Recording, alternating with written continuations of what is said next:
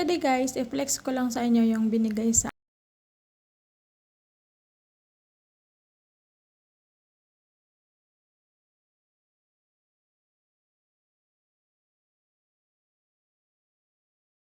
tapos ko nga lang sana guys maglinis, tapos gusto ko sanang mag-idlip. Kaso nga lang may narinig ako nag-doorbell.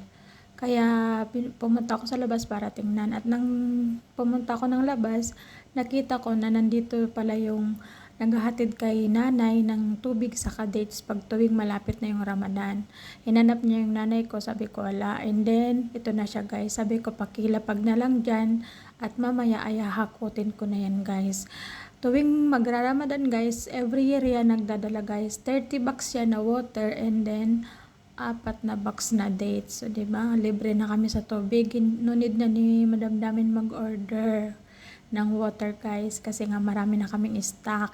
Ang dates naman guys ay hindi naman nila yan nauubos kasi hindi naman sila kumakain. Kaso nga lang, kapag minsan bago sila umalis dito papunta sa Cordoba para magputur, ay kumakain sila ng dates or nagbabaon sila ng dates sa sasakyan.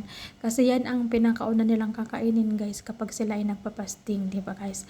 Kasi before 6 o'clock ay magpuputor na sila, kaya aalis sila dito ng 5:45 sa bahay kasi magbiyahe pa sila papuntang Cordoba. Medyo malayo-layo pa yun, hindi ko alam kung ilang minutes yung travel or yung biyahe papunta doon.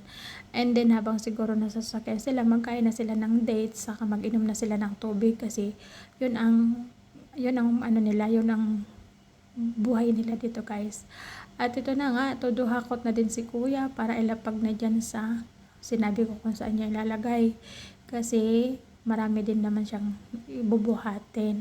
Pero maliliit lang yan na tubig, hindi yan malalaki guys, diba? Ito na guys yung dates. Sino yung hihingi dyan? Marami akong stock ngayon, charot. Kasi pag tuwing Ramadan talaga marami akong dates dito. Kaya sa mga gustong humingi, kaway-kaway or mag-comment dito sa aking videos, charot lang.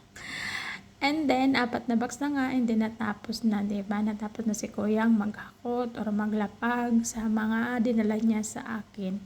Ang bait din ni kuya kasi sabi niya sa akin, ito ba ang bahay ni Uhud or ng amo ko? Sabi ko, oo. And then, sabi niya, matubig daw sa date. Sabi ko, okay.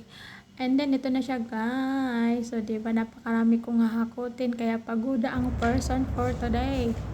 And then ito na guys, mag-start na ako maghakot para dalhin na sa loob ng bahay, o diba? Kahit maraming hahakotin, nagwardi-wardi pa yan dyan, charot. Kasi nga enjoy lang buhay, kahit pagod tayo, basta enjoy lang natin. Hindi natin namamalayan, tapos na pala tayo sa ating gawain. Paano ko pa naman sana kumidlip guys, kaso hindi na natuloy, charot. Kaya yan, tuduhakot na ang person. Pero guys, in fairness, nangala yung aking braso dyan.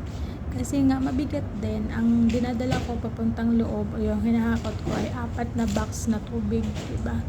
Inuna ko yung tubig and then ito na yung aking hahakotin para sunod-sunod na guys. Saka ilalagay ko dun sa stock room, diba?